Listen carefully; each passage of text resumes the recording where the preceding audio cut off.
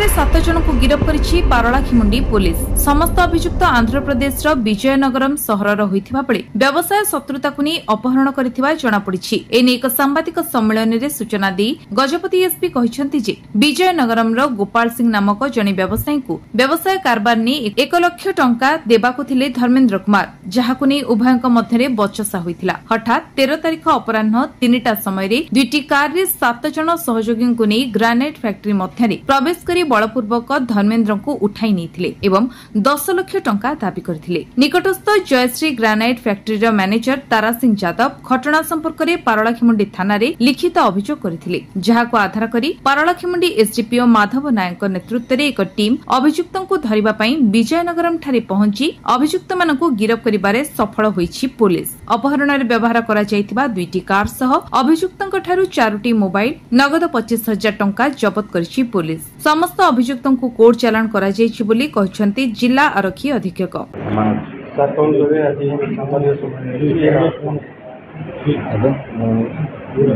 गतकाली आपने जमी जानी पारलाखिमुंडी थाना अधीनस्थ दमनी गाँव में श्रीहरी ग्रानाइट्स बोली गोटे ग्रानाइट डिपो अच्छी।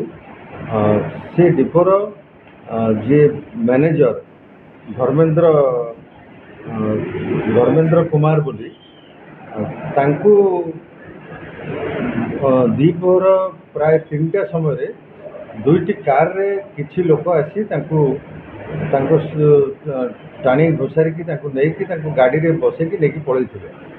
या परे से डिपोर जे मालिक से थाना रे एतला करथिले, थाना को खबर को देइथिले।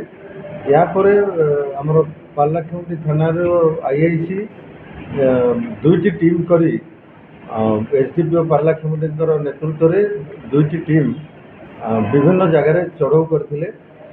शेषरे सेमानकु विजयनगरम आंध्र प्रदेश विजयनगरम रो तांको गिरफ्त करिबारे सक्षम होइतिले। 7 जन गिरफ्त होइछथि ए घटना रे एवं जो अपहृत व्यक्ति तांको मध्ये उद्धार करा जायछि। तांको मध्ये कोनोसी आघात हेतिबार कोनोसी चिन्ह नाही, से संपूर्ण सुस्थ अछंती। एई घटना को लेकरी पारलाखिमुंडी थाना रे गोटे मकदमा करा जायछि। से मकदमार तदंत चलीछि। आज आसामी मानकु गिरफ्त करा जायछि एवं आज कोर्ट चालान मध्ये करा जायछि।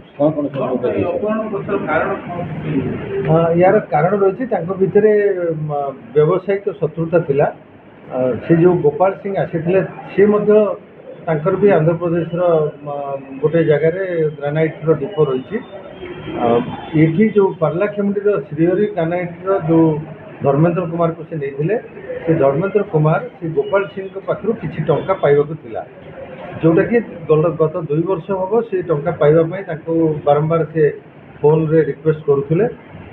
शेष निराश ही गोटे दिन अल्प दिन तले से गोपाल सिंह स्त्री मोबाइल को फोन करी गाली गुलज करथिले एवं तुम स्वामी मोर पैसा कहीं दौना बोली कही।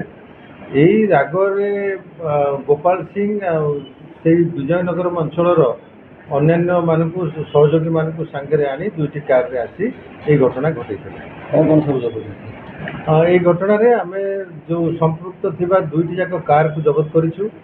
समस्त आसामी मानकर मोबाइल फोन एवं 25,000 टंका जब्त करा जायछि। अधिक तदंत चली मकदमार जदि आउ किए संपृक्त थे आम खूब शीघ्र गिरफ्त देखो। जेहेतु आम पड़ोशी आंध्र प्रदेश समस्त घर तेणु आम से बाबद इनक्वारी करुचु। थाना मान सहित जोगाजोग अच्छु। जहाँ जना पड़ सब मान्यवर कोर्ट को आम जन ना ये घटना कौन मारणास्त्र व्यवहार होता कथा अपहृत व्यक्ति भी कही ना कि से कार दुईटी को सीज कला बेले सेमती किसी बाहर 24 घंटा भी नुहे आहरी कम समय आम मकदमा को समाधान कर। गजपति रेणुबाला बेहरा रिपोर्ट, विश्व विजय न्यूज ओडिशा।